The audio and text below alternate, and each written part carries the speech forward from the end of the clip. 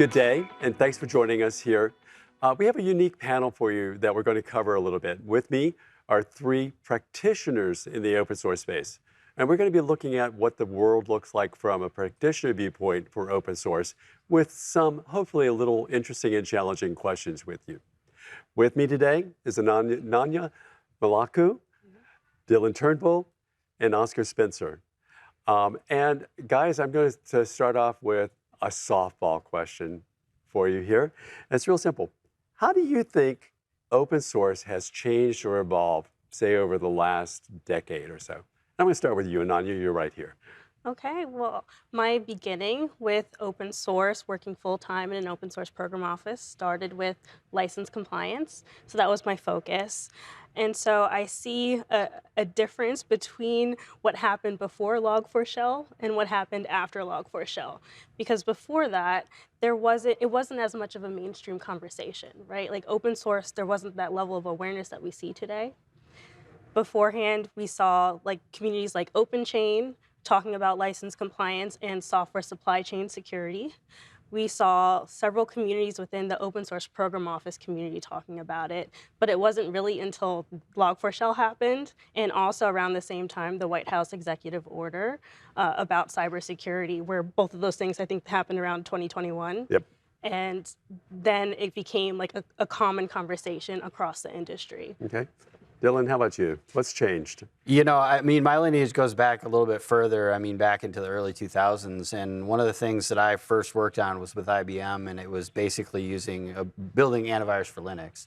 And I think that one of the things that I've seen as a good sea change is we've gone from a consumer of open source technologies to this kind of partnership with open source technologies, and now we're starting to see we're right at the cusp of seeing contribution back from those large corporate entities.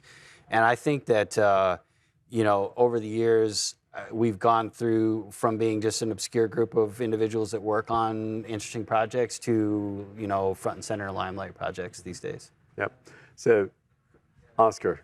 Yeah, I'd say one of the things that I've really seen change, we're kind of in a little bit of a licensing war right now. Absolutely. I think that's been a huge change. We're starting to see a lot of projects, adopt new licenses because they're trying to, quite frankly, protect their revenue. And so we're starting to see licenses like, oh, hey, this is not open source, but in 3-4 years, this will be open source and you can have it then.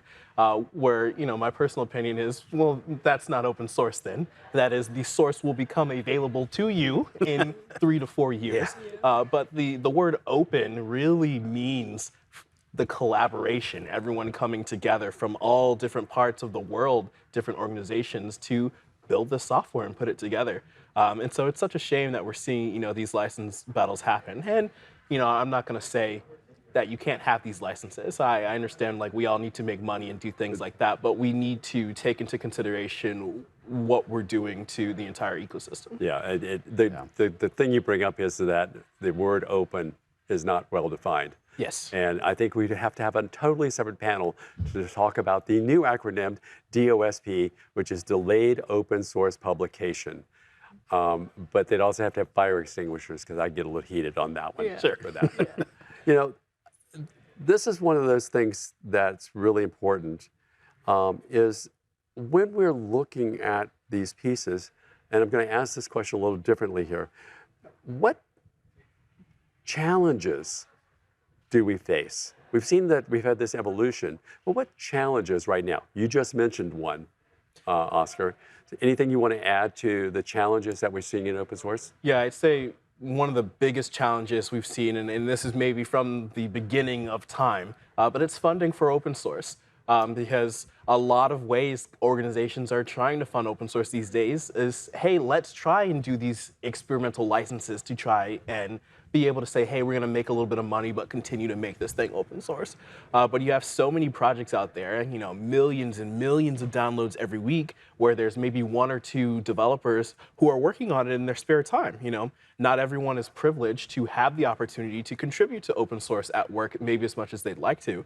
And if we're not funding these projects, we're going to see more and more projects like this die out. The ones that we have seen be particularly successful are those that are backed by large corporations. You know, Ananya, I know you have opinions on this, so Yeah, so the word I think of, and to sum up what Oscar said, is sustainability. And open source sustainability has been a common topic that we talk about in the community a lot.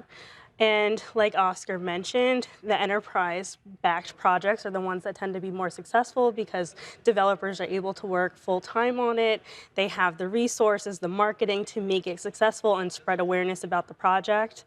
But the smaller projects, even newer projects, you think of it more like a startup, it's a challenge because you have developers who are passionate about solving a problem, but now they have to act as a CEO and figure out the business side of open source. yeah. And it's challenging for them to have to do both. Yep.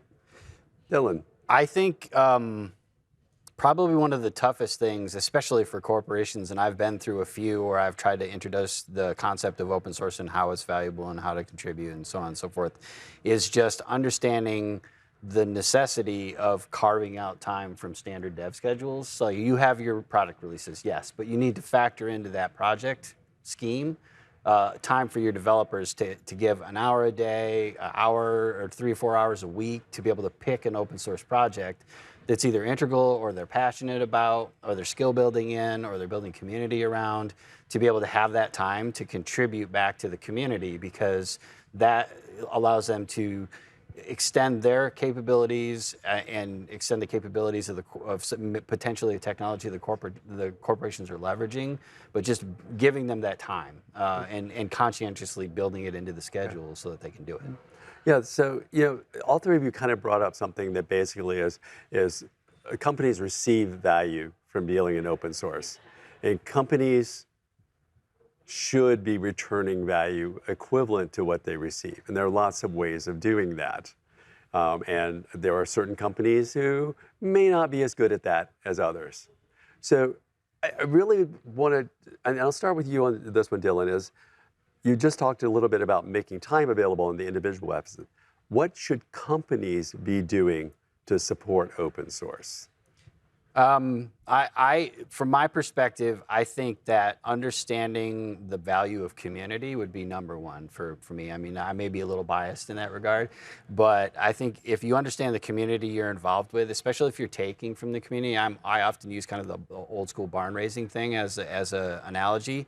If you understand that you're there to build a barn, don't show up and just eat lunch. You pick up a hammer. And so teaching the corporations that they need to be able to pick up a hammer and contribute to those projects meaningfully in whatever way, shape, or form that is I think one of the toughest road to hoe as far as what companies need to understand.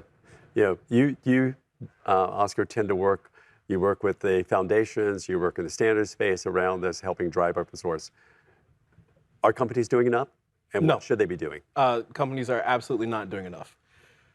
I think you put it so beautifully lightly when you said companies derive value from open source. Companies derive a tremendous amount of value from open source.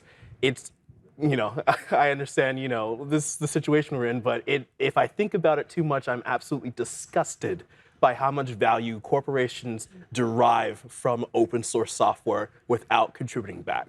And so what corporations need to do is exactly that, contribute back. If you don't have all of your devs contributing 20% of their time back to open source, then I want to see you cutting a check. And I'm not talking about these weak little, okay, here's, $2,000 or whatever. Serious checks. If your business relies on a piece of software that without it, you would make no revenue, then your revenue is from that open source software. And you need to make sure it is funded. You need to make sure developers are able to do things like not be a CEO. I can imagine so many developers would love to just work on the code if they could hire folks to do community, hire folks to do, the marketing and things. Yeah. These projects would be so much more successful and we wouldn't see so much strife in the community. Yeah, I'm going to ask you to speed up on this, but you have a unique viewpoint because you've worked in OSPOs through a lot of large corporations. Corporations doing enough, and what can they do? No, they're not doing enough. And you see that coming out with things like FOSS Fund and also GitHub sponsors. There's like different ways, Tide Lift also, of like ways to give back monetarily and also resources. But when Oscar was speaking, I had another idea that I hadn't had before. And that's also contributing resources around marketing and awareness. And that's something I didn't think about. So I appreciate that. Documentation. So Yeah.